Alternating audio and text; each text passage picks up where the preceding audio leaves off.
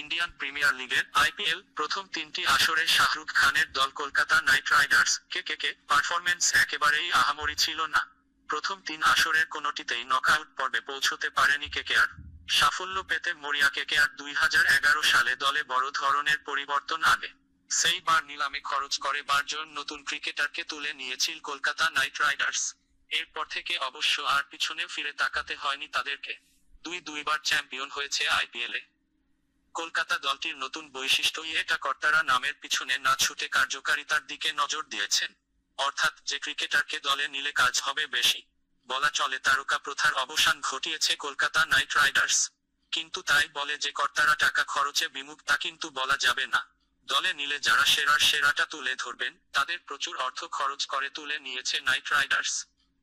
জেনে নেওয়া যাক আইপিএলে কলকাতা নাইট রাইডার্স 5 দামি ক্রিকেটার সম্পর্কে। 1. গৌতম গম্ভীর, দাম 11.4 কোটি। 2011 গৌতম গম্ভীরকে ছেড়ে দেয় দিল্লি ডেয়ারডেভিলস। খরচ করে গম্ভীরকে কিনে নেয় শাহরুখের দল।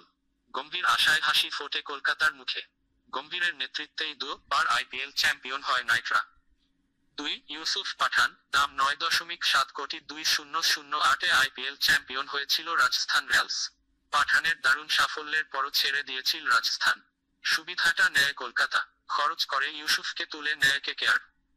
3. জ্যাক ক্যালিস, দাম 5.5 কোটি। 2011 খরচ করে ক্যালিসকে কেনে নাইট রাইডার্স।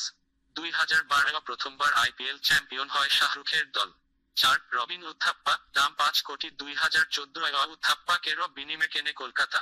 সেবার দ্বিতীয়বারের জন্য চ্যাম্পিয়ন হয় কেকেআর। 5. ব্রেন্ডন ম্যাকালাম, দাম 4.7 কোটি। প্রথমবারের আইপিএল এর প্রথম ম্যাচেই 158 রান করেছিলেন ম্যাকালাম। তারপরের মরশুমে 2টি হাফ সেঞ্চুরি ছাড়া কিছুই আসেনি তার ব্যাট থেকে। তৃতীয় মরশুমের পরে তাকে ছেড়ে দেয়া হয়। 2012 নিলামে তাকে ফের নেয় নাইটরা। তাকে পেতে খরচ করে কলকাতা। কিন্তু ষষ্ঠ মরশুমে আবারও ছেড়ে দেয়া হয় ম্যাকালামকে। ধন্যবাদ সবাইকে।